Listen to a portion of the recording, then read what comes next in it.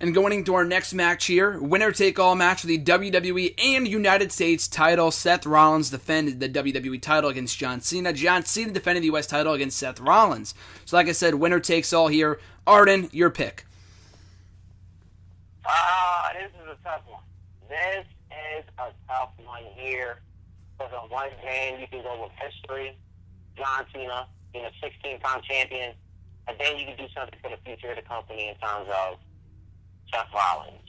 But when it's all said and done, I can't believe I'm doing this, but I got to go with Seth Rollins here. I got to go with Seth Rollins winning this match just because I think it goes back to what we've talked about before at times during the show, which is we're trying to build up guys. We're trying to at times be unpredictable. And the reason why I'm going with this is I think Seth Rollins will win this match with interference from Triple H, or who knows. I saw somebody tweet this yesterday out of the blue, Ric Flair, because that Cena promo Monday we have heard so many times over the last 10 years, but I really enjoyed it because until he made the Triple H and Ric Flair references, I never thought of that. I never thought of the fact that Rollins didn't have that extra pressure because of the fact that, hey, Triple H handpicked you, dude. Ric Flair handpicked them, handed it down to him, the game or whatever, and then he's handing it down to you. So you winning is not only about you winning the title and being a not two-time champion, but like having two titles, but also protecting Triple H. So I really thought that was clever on John Cena's part. But I just think, man, Cena's 16-time championship moment could come at another time. Yes. But Rollins continuing to build his resume up to incorporate the Triple H thing, it only makes sense for him to win this match. I'm with you. Seth Rollins. I agree. I'm with you on Rollins, and I mean, for a couple of reasons. But first of all, I think it's a no-win situation because I feel like Cena winning, it should not come on this show, and I'll talk about why Rollins should win in a second. But it should not happen on this show, especially because it's not going to be the main event. Cena just got done. He's been doing the best work of his career as United States champion, so I think it's way too soon to be putting him back in the WWE title picture. But then if you have Rollins win, which I'm going with anyway, but Rollins winning and beating John Cena for the U.S. belt, I mean, Rollins will benefit, don't get me wrong, but I was hoping when the whole U.S. Open started that not a big name, but just an up-and-coming name would beat Cena, get the big rub from winning that championship from him, whether it be a Finn Balor or a Joe or a Zayn, no one's whoever. And it doesn't have to be NXT, but someone along those lines. And they didn't do it, and they're going to have it be Rollins instead, which is fine. I'll take that over the opposite outcome. But like you said, I mean, the whole Ric Flair thing I think is awesome. And, I tweeted it out on Raw, during Raw on Monday.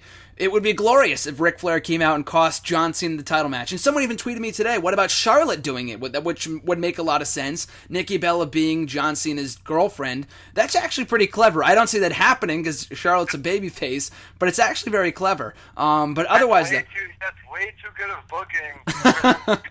Exactly. Way too good of booking.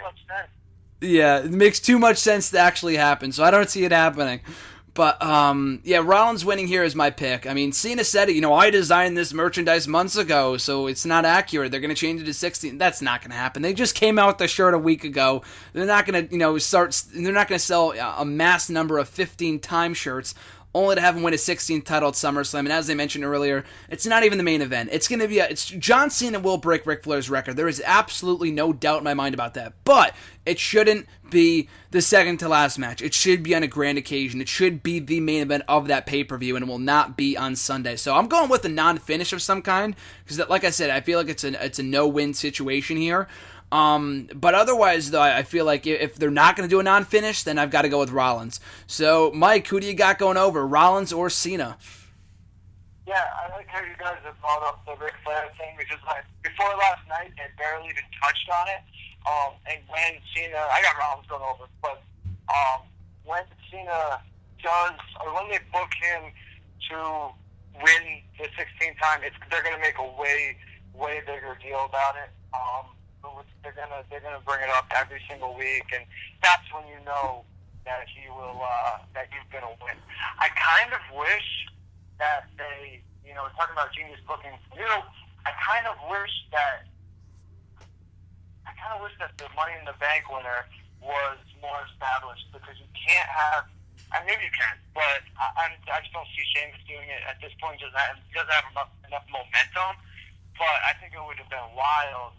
I don't like the whole, winner takes all double champion thing, but it would have been great to see Rollins beat Cena in a nice 25-minute match, and then the Money in the Bank winner comes down and takes the WWE title. So then you have Rollins as the U.S. champion, and then the Money in the Bank winner cashes in and becomes WWE champion. Unfortunately, I don't see that happening with Sheamus. But I think that would have been a great opportunity.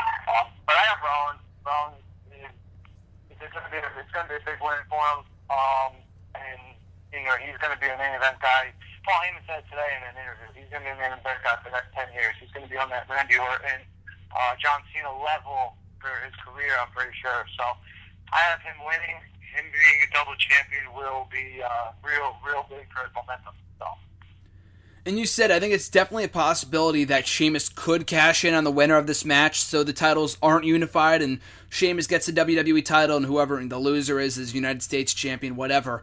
So I could definitely see that happening, and I can see that definitely happening on Sunday. I'm going to stick with, like you guys said, I'm going to stick with Rollins. I don't see that happening. Sheamus is not at that point yet where he should be WWE champion. I don't want to see the fall feud be between John Cena and Sheamus. We've seen that a million times before, and I'm not too excited about it. So I'm going to go with Rollins here as the winner take all if there won't be a non-finish.